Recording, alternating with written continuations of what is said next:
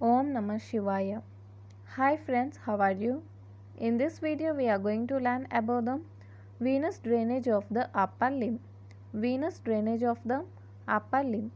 The veins draining the upper limb as elsewhere in the body are divided into two groups, superficial group and deep group. First, superficial.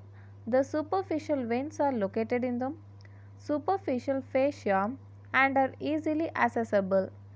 Being easily accessible, they are frequently used by the clinicians for drawing blood samples or for giving intravenous injections. The superficial veins are located in the superficial fascia and are easily accessible. Being easily accessible, they are frequently used by the clinicians for drawing blood samples for giving intravenous injections. Next, the deep veins. The deep veins lie deep to muscles and accompanying arteries as venae comptentis. The deep veins lie deep to muscles and accompany arteries as venae comptentis. Superficial veins. Superficial veins have following general features. The superficial veins lie in the superficial fascia. The superficial veins have a tendency to run away from the pressure sites. Hence, they are absent in the palm. Hence, these superficial veins absent in the palm, along the ulnar border of the forearm and back of the elbow. There are two major superficial veins, one along the preaxial border and another along the postaxial border of the limb. The preaxial vein, we call that cephalic vein. Okay guys, the preaxial vein, also called as cephalic vein, is longer than the postaxial vein, and the postaxial vein also called as basilic vein.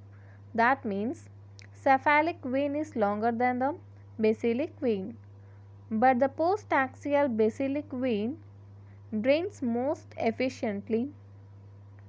The load of long cephalic vein is greatly relieved as a good amount of its blood is transferred to the efficient basilic vein by medial cubital vein.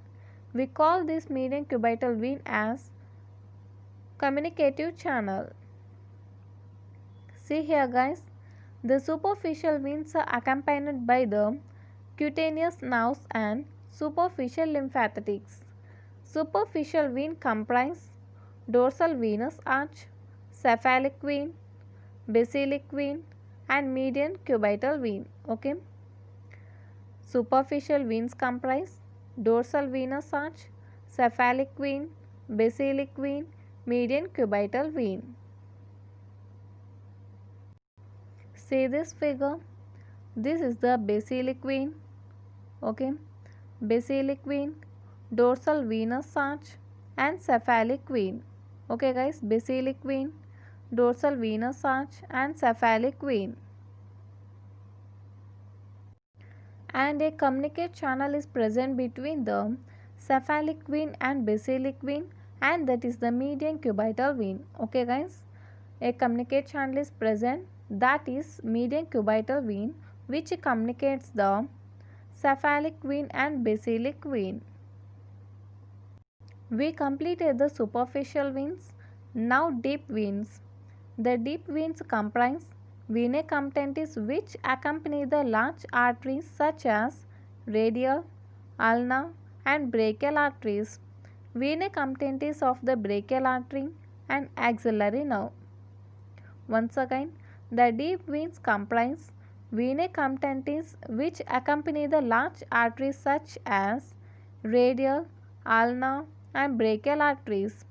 Venae comptentis of the brachial artery and axillary nerve. Venae comptentis of the radial and ulnar arteries accompany the radial and ulnar arteries respectively and join to form the brachial veins. Venae comptentis are small veins, one on each side of the brachial artery. They join axillary vein at the lower border of the teres major muscle. The median one often joins the basilic vein. and last, that is axillary vein. Axillary vein begins as a continuation of basilic vein at the lower border of the teres major muscle and runs through axillum, passes through its apex to continue as subclavian vein at the outer border of the first rib. Okay guys, this is about the venous drainage of the upper limb, superficial veins and deep veins. See this figure? This is the axillary vein. Okay, this is the axillary vein, which is a continuation of the basilic vein. This basilic vein continues as the axillary vein, and after completion of this axillary vein continues as the subclavian vein under the clavicle. See here guys, are above the first rib. See here, basilic vein continues as the axillary vein and this axillary vein continues as the subclavian vein. This is about the venous drainage of the upper limb. If you like my explanation, please like, share. If anybody of you want any particular topic, reply me on comment section.